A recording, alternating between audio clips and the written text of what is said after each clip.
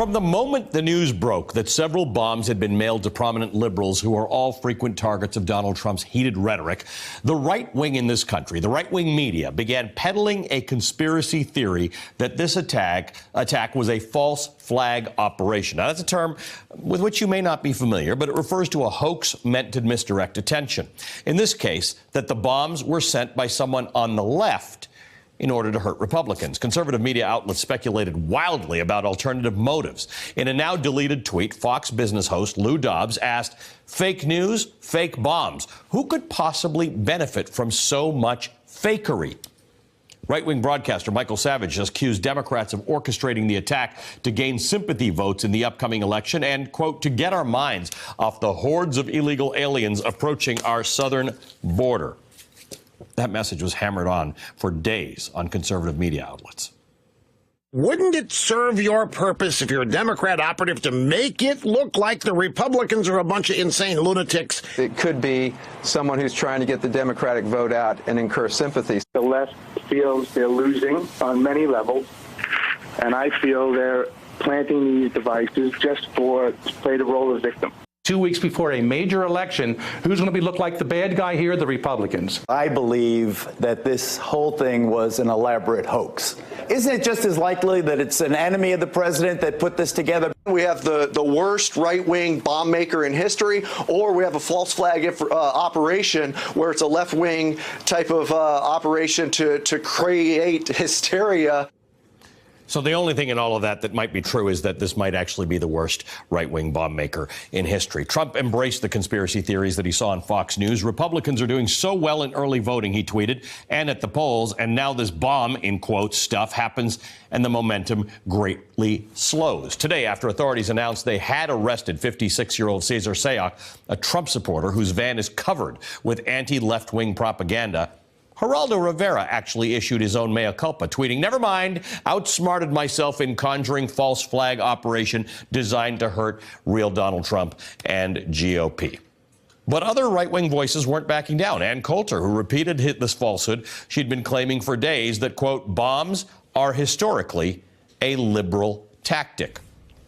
Joining us now, Jonathan Alter, columnist for The Daily Beast and an MSNBC political analyst, and Matt Gertz, senior fellow at Media Matters. Matt, I just, we played a whole bunch of right-wing journalists and what they said about this. But actually, here's what Trump supporters, not journalists, not famous people, at this rally, before the rally in North Carolina tonight, had to say about this. Just because somebody has a Trump sticker on their car doesn't mean they're a Trump fan, He could turn, it doesn't mean nothing. Barack Obama probably sent his to himself, and Hillary Clinton probably sent hers to herself. So you don't think this guy actually sent these bombs to these officials? No, probably not. Why? They probably had it done. They may have paid him to do it. There's radical people on all sides. There can be people that are problem creators. They create problems. Like people on the left can create them, people on the alt-right can create them. I think I heard something about it being Bernie Sanders supporter. There's so much news going on right now that people don't know what to believe, so they stick with what they know. Matt, if you couldn't see me, I pulled all my hair out while I was listening to those things. Barack Obama probably sent it to himself. Hillary Clinton probably sent it to herself. There's radical people on all sides. But the problem, Matt, and you guys at Media Matters look at this, is that they picked this up from somewhere. Nobody invented this stuff out of whole cloth. Yeah, I think Alex Jones's conspiratorial poison is spreading through the right-wing media at this point. Conspiracy theories aren't new to the right, but the false flag nonsense used to be sort of cordoned off on the fringes, people like Alex Jones and his ilk. But since Donald Trump was elected, it's spreading further, obviously, as you can see. The president was, became a major political figure by virtue of pushing a racist conspiracy theory about Barack Obama, and that really opened up the floodgates. Jonathan, let's just talk about this. There are sort of a few ways you can look at this. You can take this absolute conspiracy theory, false flag nonsense, or you can accept the fact that this guy had been at Trump rallies. He's been posting for a long time on social media. He's been an anti-Democrat for a long time. He dwells in the darkest recesses of the internet. And you can also say that maybe Donald Trump didn't put him up to it. There's space in between. But the right wing seems so determined to only express the fact that this is either false flag Democratic stuff or it's got nothing to do with the rhetoric in this country. Right. Well, look, you can't say that Donald Trump caused this demented individual to do this, but you can definitively say that he inspired him to do this.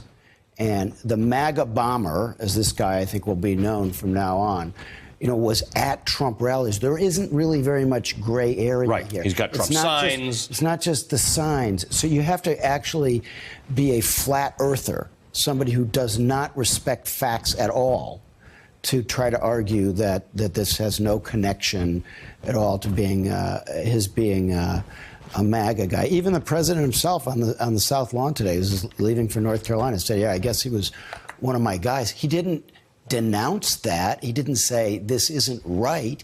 He didn't even have the common courtesy and decency to call his predecessors in office and make sure that they were feeling okay about this. He was specifically asked if he would. Yes, he said, I'll take a pass. I'll take a pass. This is reprehensible behavior. It's not just unpresidential behavior. It's disgusting, reprehensible behavior. Now, we're going to have a referendum on this behavior. If you think it should be checked and that we should have some accountability for this behavior, you must vote Democratic. Well, so let me ask you about that, Matt. If you think it should be enabled, you vote Republican. So Matt, it's that simple. Let's think about that. Jonathan Alter makes the point that to believe some of these conspiracy theories, you have to be a flat earther. You probably had to be a flat earther to believe that Barack Obama was born in Kenya. There are, in fact, a lot of flat earthers in America, apparently. Yeah, I mean, the simplest explanation for why someone was sending bombs to a host of Democratic politicians is that person did not like the people that he was sending the bombs to. It's not that it's a vast conspiracy in which liberals are sending the bombs, deliberately making sure that they won't go off. But that's because obvious they to are, you, trying. Sure. And Jonathan and me. But at least, I mean, there's a whole bunch of people who fall for this stuff. Like, that's why I wanted to play that stuff for you. What do we do about that? The idea that so quickly, something that is so obvious, somebody trying to kill someone with a bomb probably doesn't like the person he or she is trying to kill. How quickly that can flip into a counter-narrative. Yeah, it's a very difficult problem. I mean, we are in a media environment now that is very fractured, one in which people can go out and find exactly the news that suits their tastes. And often that news is steeped in conspiracy theories and paranoia. And it's very difficult to reach those people. They're not tuning in tonight to find out what the facts are about this case. They're, on Facebook, they're on Twitter, they're listening to the people that they're inclined to believe already. They're listening to the president. You're not going to ever convince these people. All that you can do is decide that this weekend and next weekend, instead of playing golf or going to the gym, you stop wringing your hands and you start ringing doorbells. Elections have consequences. What we found from all this is that words have consequences, as they always have. Enemy of the people, that was used by the Stalinists, by Pol Pot, by Mao Zedong. It was a Democrat, Pat Cadell, who brought it into this country. But these things matter. People are radicalized by Islamic fundamentalists. And they're online, right? And they are radicalized by Donald Trump targeting people. Now, what's really bugging me tonight is this whataboutism. When Trump started talking about Steve Scalise, Bernie Sanders never told anybody to. Right. This is a critical point, Ali. Bernie Sanders and Nancy Pelosi did not get up and put Steve Scalise with a target on him. And they didn't say, it's okay to body slam Steve Scalise. Nobody ever said that. So this idea that both sides do which is something that even people who are not conspiracy theorists, just regular Trump apologists, are engaging in this whataboutism, this both-siderism. That's all bull. This is being done by one side in this country. Jonathan Alter, columnist for the Daily Beast, and MSNBC political analyst Matt Gertz is a senior fellow at Media Matters. Thanks to both of you for coming in on a Friday night. Thanks for checking out our YouTube channel. Subscribe by clicking on the button below for more from The Last Word and the rest of MSNBC.